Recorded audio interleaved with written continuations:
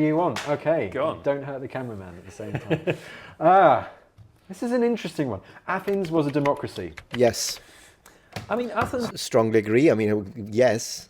was a democracy. You have to. We're going to you're going to go strongly agree. I mean, there's Okay. obviously an important caveat. So, okay, fine, Yes. we'll take. No, well, you Strongly stick with agree your in gut, the there you go. literal sense that the word demokratia Yes. was invented to describe the Athenian system. Yes. So you can obviously say words don't mean what they mean, but if you can say democracy exists as a concept, it exists because the Athenians had a very developed political system that they called democracy. But if we're saying that democracy then is the same as today, it's Okay. completely different. Completely different. Okay, a very good point. Did you notice that he said demokratia? Actually, I think in modern Greek they say demokratia, but it is true that if you look at classical Attic pronunciation, it would be demokratia because it's a pitched language, whatever. He was using classical. So if you're a modern Greek, it will sound different to you, but I think he's doing that on purpose. In modern Greek, it's different. I love both, by the way, ancient and modern. They sound different. Anyways, what I wanted to say is that they are correct. Of course, they know what they're talking about. When it comes to democracy, ancient Greek democracy is a form of direct democracy or pure democracy. Instead, modern democracies are representative. So it's different. They work very differently. I'll expand on that, but I want to let them talk. Different. thing, Yeah. yeah. So it's a very different system. It built on very different values, different ideology. Obviously, in Athens, you have a system in which all freeborn male citizens have equal rights to have access to power, same voting rights, the same position before the law. Is it over 30 or democracy. over 18? I can't remember. Over 18. It's over 18, okay. When you get 30, you can be general. There are a Right. couple of things that are released based on status and age. Right. But generally, you all have the same rights, and that is what democracy means. There is no property requirement, right? But no Greek state ever contemplated giving the same rights to women. That True. just isn't Yep. a thing in Athenian democracy ever. And Yep. also, I mean, it's a slave state. It's a slave society. They have huge numbers of enslaved people doing all sorts of terrible things for them. And it's been argued even that the reason they can be a democracy, have this democratic ideology that they're all equals, is because the worst jobs, the most menial work, Right. the most demeaning and horrible and risky work, like for instance working the silver mines, was done by enslaved people. So no one. Okay, so I agree and disagree. So there is a lot to unpack here. It's interesting.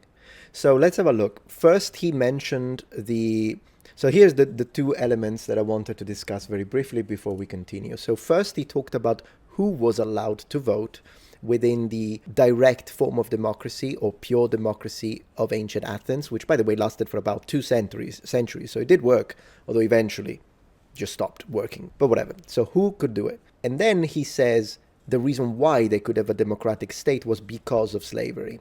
And I want to agree and disagree a little bit. So the first part is very interesting. So here is a difference, in fact, between modern democracies and ancient democracies. In the ancient period in Athens, who could vote? Men could vote that were citizen. So if you're not a citizen, you can't vote.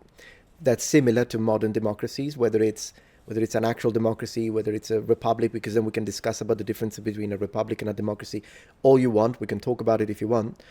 Rome, for instance, is a republic, and it's representative. So Rome is different from ancient Greece. In fact, I would say that the Roman system is closer to the way American works now, because in Rome, it is a form of democracy in the sense that people vote, but they don't vote the policies. They vote their representatives that then decide the policies. And so that's why I'm saying the American system is similar. The people choose their representative, but then it's the representatives that choose the policies, which makes it closer to the republic in Rome. Whereas ancient Greece, you had a body of citizens and they all vote the policies. It's different, isn't it? But what's interesting about this is that, as we say, you have to be a citizen to vote in ancient Greece. You have to be male. If you're a woman, you cannot vote, whereas today women can vote. So big difference there. Another area of overlap, however, is that children couldn't vote. And that's the same today. Children cannot vote. And the last thing is that slaves couldn't vote. So he mentioned the slaves. They didn't have any right to vote. And we could say, can today, can slaves vote? Well, slaves have been abolished, so there is no slavery. I know that people will bring the loop that you technically could be considered a slave if you go to prison. I get it, but we are discussing about actual slavery. Today we don't have slaves, so in the Athenian sense. So in reality, the only real difference is that women can't vote in ancient Greece. That's really the main difference. Now let's discuss the thing about slavery. Was slavery necessary for a democracy to form?